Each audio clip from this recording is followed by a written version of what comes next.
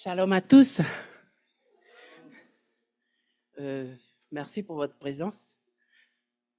Ben, voilà, vous savez tout, je m'appelle Nicolas. Oh, pardon. Oui, merci. Je viens de la Nouvelle-Calédonie, d'une petite île des Loyautés, qui s'appelle Ouéa. Je suis l'avant-dernier d'une famille de 12 enfants. On est composé de 6 garçons, 6 filles. Alors, issu d'une famille catholique, bien sûr. J'ai été pratiquant jusqu'à mes 16 ans. C'est à cet âge-là que j'ai commencé à m'éloigner de cette voie, en quête d'une identité. C'est pour cela que je mets un accent sur mon identité aujourd'hui. Parce que, voilà, que je croyais perdu ou déformé. Dès mon enfance, je ressentais une féminité que je croyais mienne. Je me souviens encore de ce Noël, où vers 7 ou 8 ans, j'avais échangé les cadeaux avec ma petite sœur. J'avais pris sa poupée et lui avait donné ma voiture.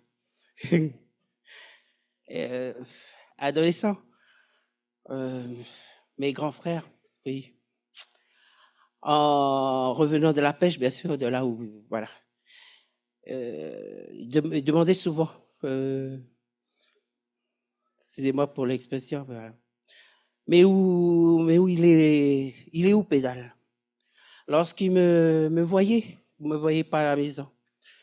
Cela me blessait, mais je ne savais pas comment exprimer le mal-être profond que je portais. Beaucoup de mon entourage, amis, cousines, collègues, me demandaient souvent pourquoi je ne passais pas à l'opération pour devenir une femme. Je leur répondais non, je suis la création de Dieu.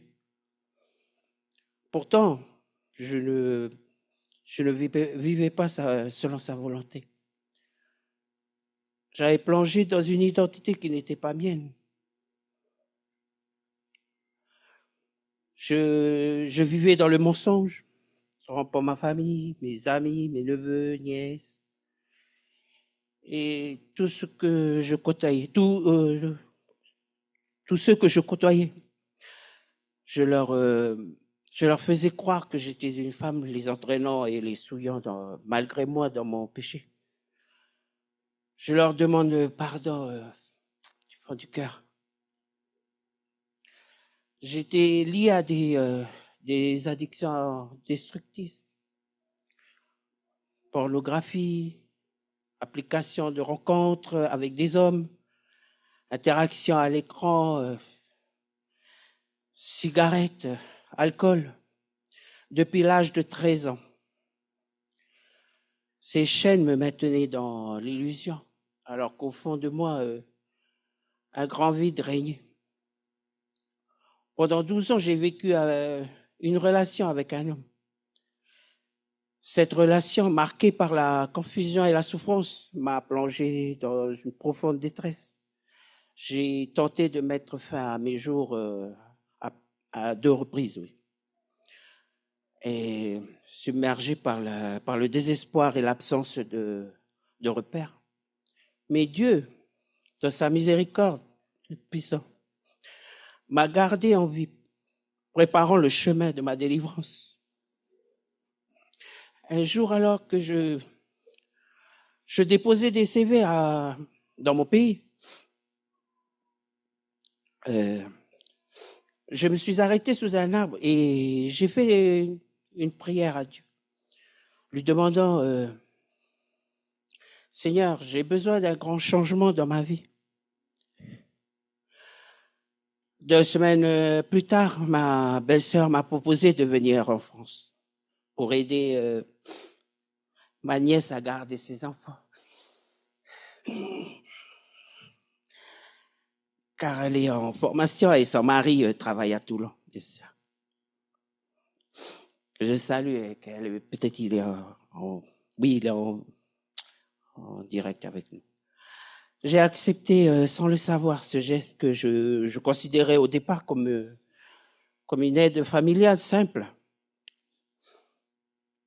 Et s'est révélé être le début de l'œuvre de Dieu. En réponse divine à ma prière, arrivant ici à Albi, ma nièce, déjà baptisée en Christ, me parlait souvent de l'œuvre de Dieu et des expériences vécues par d'autres frères et sœurs.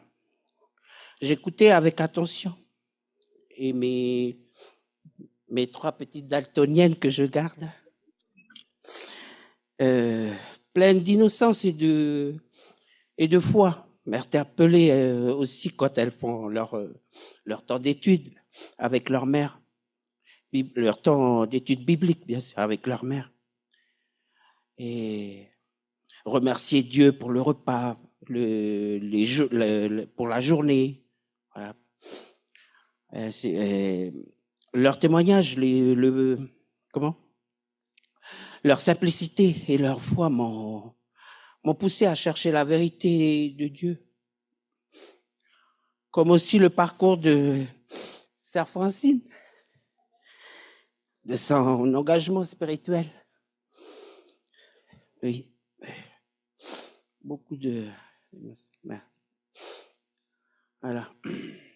Et tout ce que j'ai vécu depuis mon arrivée dans l'Assemblée de Dieu, le 11 octobre jusqu'à aujourd'hui, me fait 7 mois, jour pour jour, bien sûr, ont été des événements et instruments puissants de Dieu pour m'ouvrir les yeux.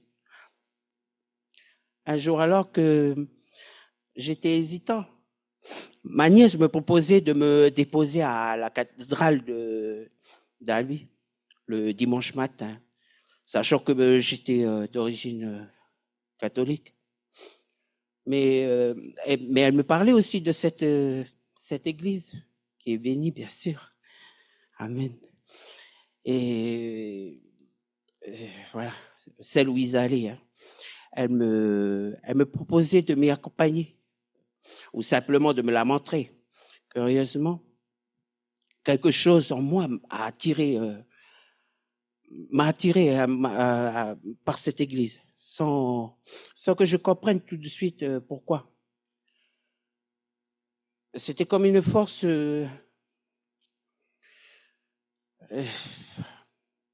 c'était comme une force douce, mais irrésistible qui m'appelait. Cette attirance silencieuse vers cette maison de prière fut l'un des premiers signes que Dieu était en train d'ouvrir un chemin nouveau pour moi. Un dimanche, j'ai décidé de m'y rendre et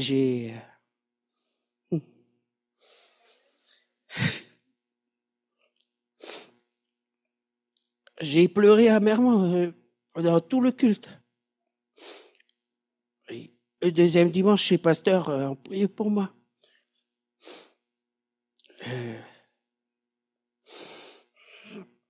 En m'imposant les mains.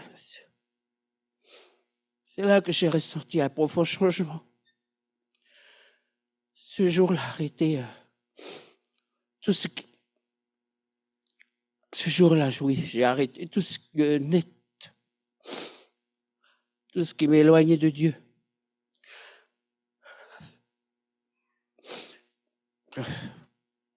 D'abord, la consommation en pornographie, application et réseau des rencontres. Suite à cela, quelques semaines plus tard,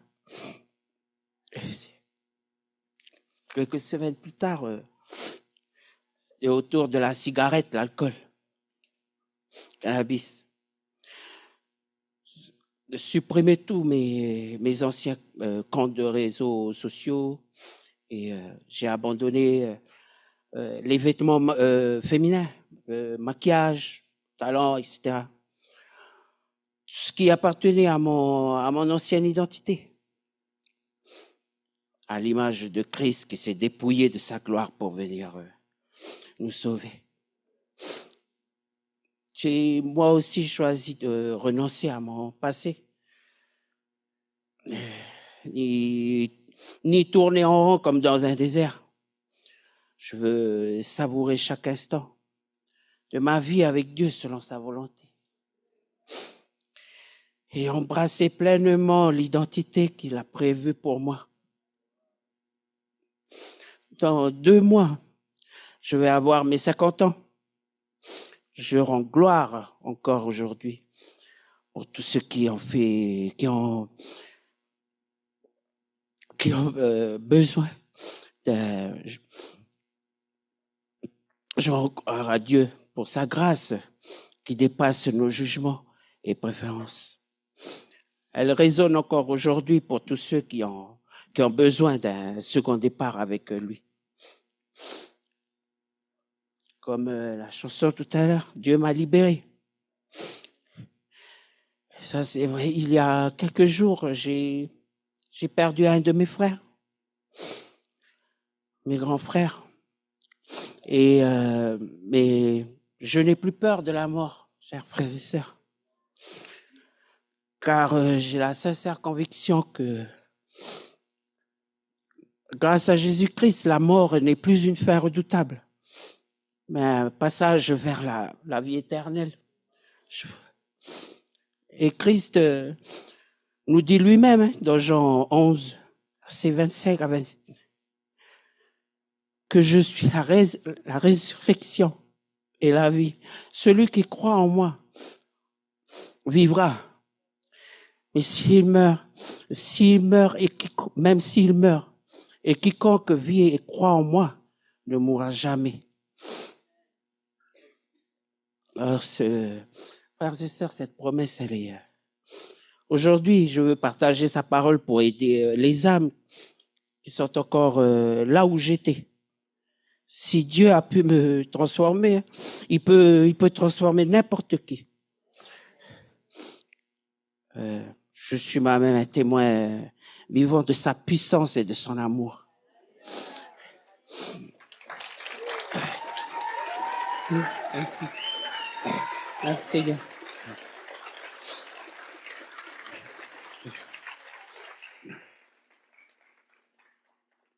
Alors, mon passé ne définit plus qui je suis. Car en Christ, j'ai trouvé une identité nouvelle, une vie nouvelle et une paix que le monde ne peut m'offrir. Je n'oublierai jamais ce moment où Jésus s'est fait percer le côté, où le sang qui lave mes péchés et l'eau qui me donne la vie en jaillit. Jésus a souffert pour nous, afin qu'on soit purifié et puisse vivre éternellement. Comme il est écrit dans Jean 19, 34, verset 34. Mais un des soldats lui perça le côté avec une lance, et aussitôt du sang de l'eau et de l'eau. Et selon ce que nous enseigne Jean, dans son chapitre 7, verset 38, que celui qui croit en moi, des fleuves d'eau vive couleront dans son sein. Alléluia, honneur et gloire à son nom. Amen.